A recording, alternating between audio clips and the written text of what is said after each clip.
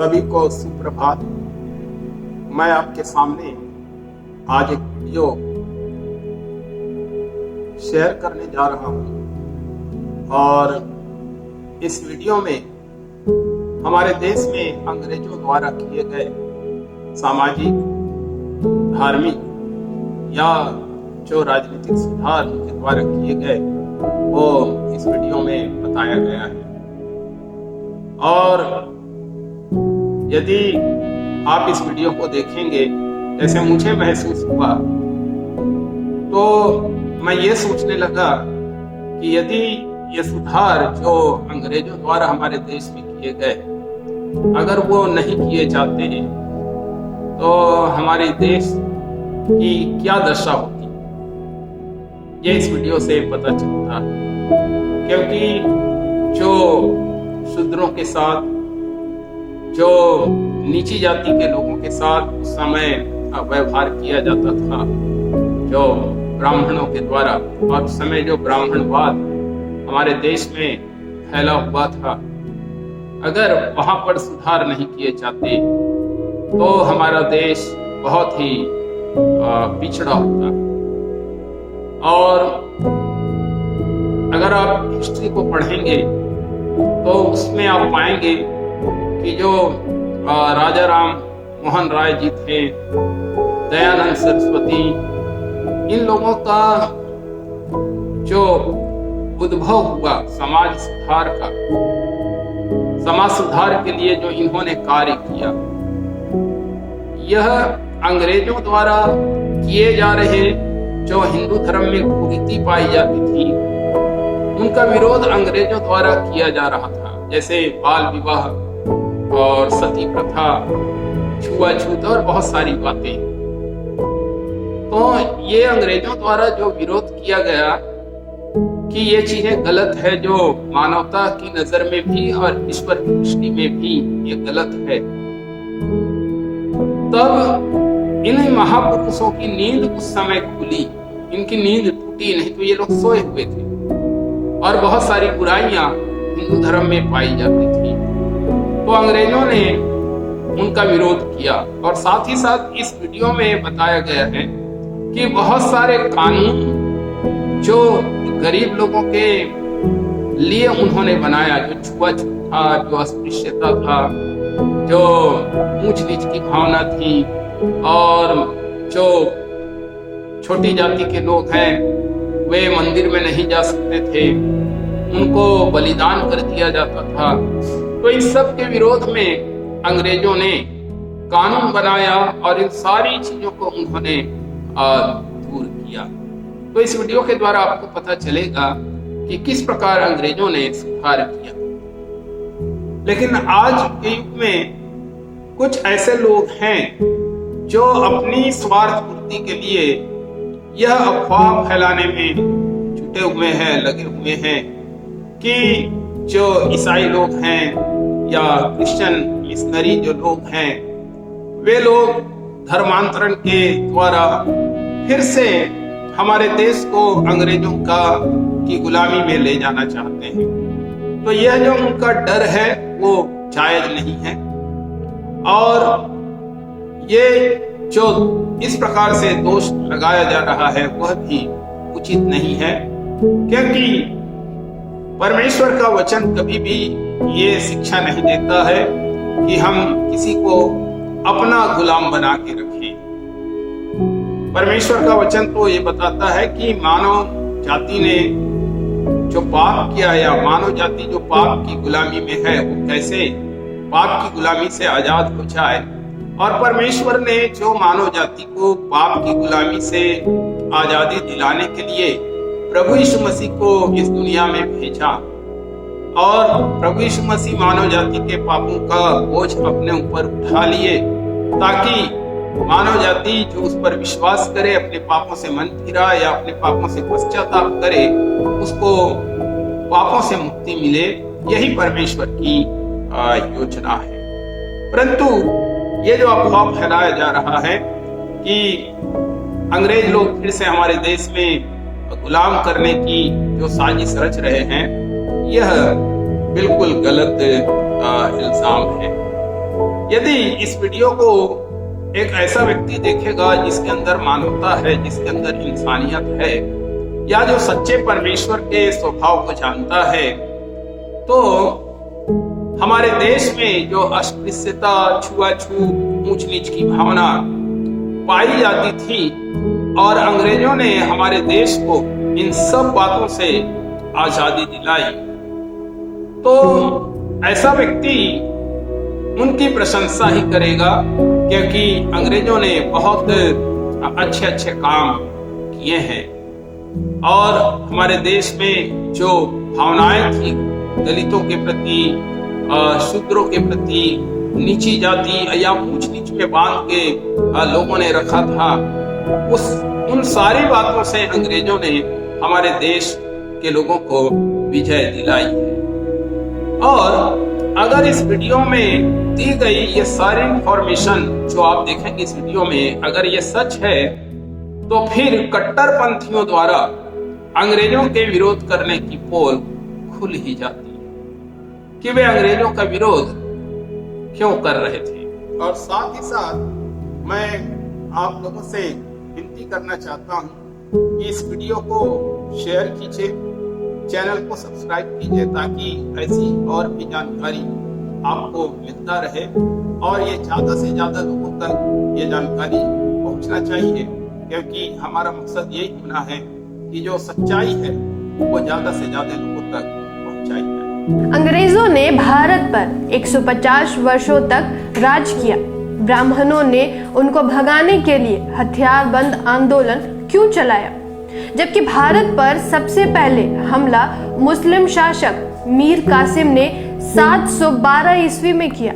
उसके बाद Mahmood Ghaznavi, Mohammad Ghori, Genghis Khan ने हमला किया और फिर कुतुबुद्दीन ऐबक, गुलाम वंश, तुगलक वंश, खिलजी वंश, लोदी वंश, फिर मुगल आदि वंशों ने भारत पर राज किया और खूब अत्याचार किए, लेकिन ब्राह्मणों ने कोई क्रांति या कोई आंदोलन नहीं चलाया। फिर अंग्रेजों के खिलाफ ही क्यों क्रांति कर दी? आइए इस वीडियो में क्रांति और आंदोलन की वजह को समझने का प्रयास करते हैं। अंग्रेजों ने 1795 में अधिनियम 11 द्वारा शूद्रों को भी संपत्ति रखने का कानून बनाया। 1773 में ईस्ट इंडिया कंपनी ने रेगुलेटिंग एक्ट पास किया, जिसमें न्याय व्यवस्था समानता पर आधारित थी। 6 मई 1775 को इसी कानून द्वारा बंगाल के सामंत ब्राह्मण नंद कुमार देव को फांसी हुई थी। 1804 अधिनियम 3 द्वारा कन्या भ्रूण हत्या पर रोक अंग्रेजों ने लगाई, वरना लड़कियों को पैदा होते ही तालू में अफीम चिपकाकर मां के स्तन पर धतूरे का लेप लगाकर एवं गड्ढा बनाकर उसमें दूध भरकर डुबोकर मार दिया जाता था। 1813 में ब्रिटिश सरकार ने कानून बनाकर शिक्षा ग्रहण करने की सभी जातियों और धर्मों के लोगों को अधिकार दिया। 1813 में अंग्रेजों ने दास प्रथा का अंत कानून बनाकर किया। 1817 में समान नागरिक संहिता कानून बनाया। 1817 के पहले सजा का प्रावधान वर्ण के आधार पर था। ब्राह्मण को कोई सजा नहीं होती थी और शूद्र को कठोर दंड दिए जाते थे। अंग्रेजों ने सजा का प्रावधान समान कर दिया। 1819 में अधिनियम 7 द्वारा ब्राह्मणों द्वारा शुद्ध स्त्रियों के शुद्धिकरण पर रोक लगाई गई। शूद्रों की शादी होने पर दुल्हन को अपने दूल्हे के घर न जाकर कम से कम 3 रात ब्राह्मण के घर शारीरिक सेवा देनी पड़ती थी।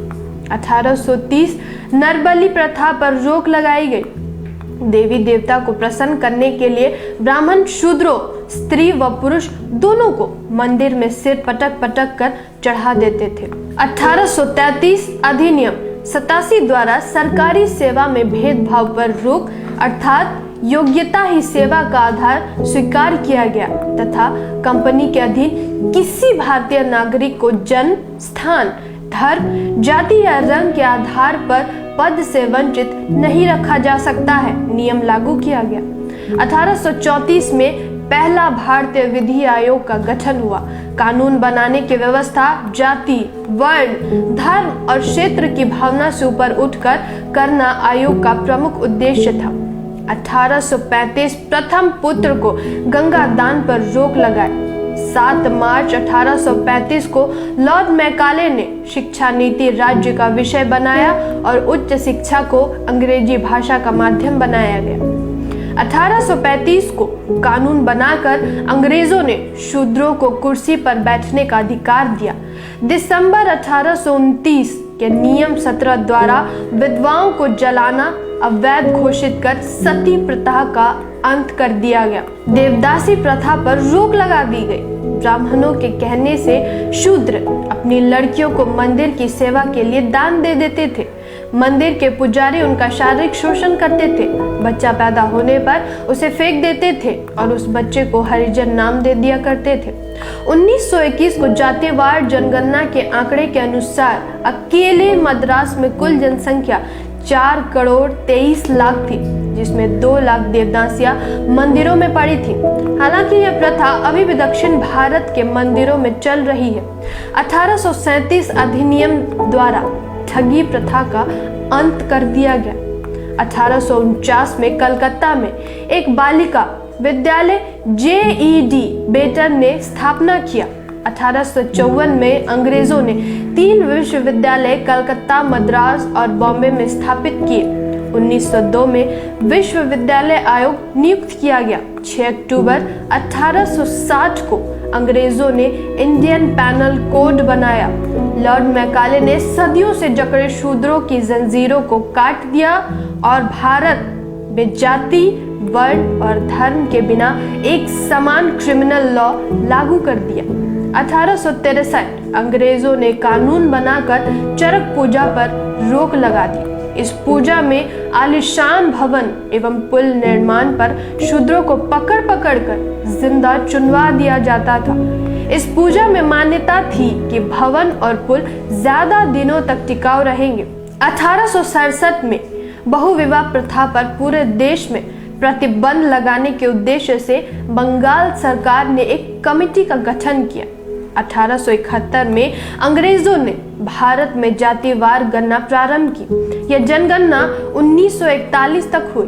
1872 में सिविल मैरिज एक्ट द्वारा 14 वर्ष से कम आयु की कन्याएं एवं 18 वर्ष से कम आयु के लड़कों का विवाह वर्जित करके बाल विवाह पर रोक लगा दी गई। अंग्रेजों ने महार और चमार रेजिमेंट बनाकर इन जातियों को सेना में भर्ती किया, लेकिन 1892 में ब्राह्मणों के दबाव के कारण सेना में अछूतों की भर्ती बंद हो गई। 1918 में साउथबरो कमेटी को भारत में अंग्रेजों ने भेजा।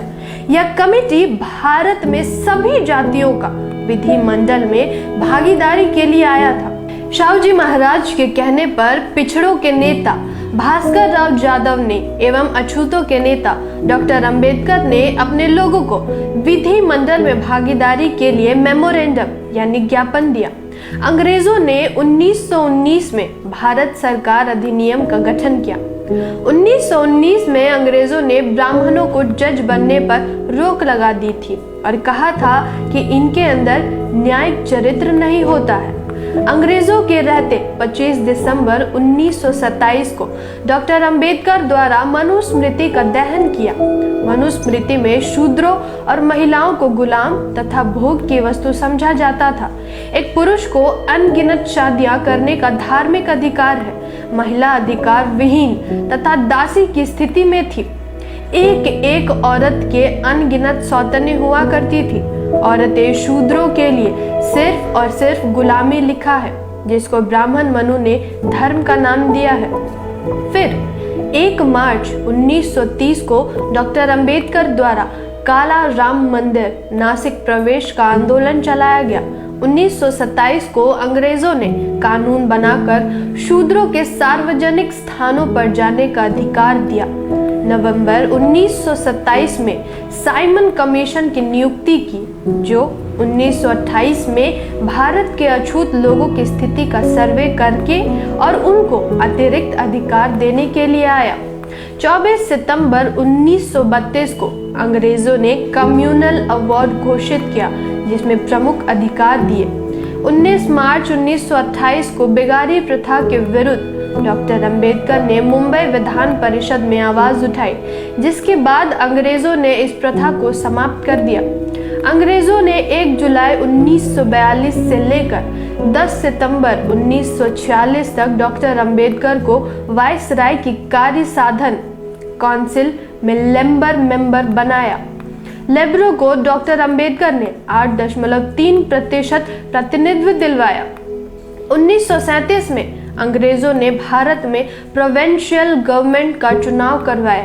अंग्रेजों ने शासन प्रशासन में ब्राह्मणों की भागीदारी को 100% से 2.5% पर लाकर खड़ा कर दिया। इन्हीं सब वजह से ब्राह्मणों ने अंग्रेजों के खिलाफ क्रांति शुरू कर दी, क्योंकि अंग्रेजों ने शूद्रों और महिलाओं को सारे अधिकार दे दिए थे और सब जातियों के लोगों को एक समान अधिकार देकर सबको बराबरी में लाकर खड़ा किया। जानकारी ही हथियार है। इस वीडियो को अधिक से अधिक शेयर कीजिए। धन्यवाद। जय संविधान, जय भारत।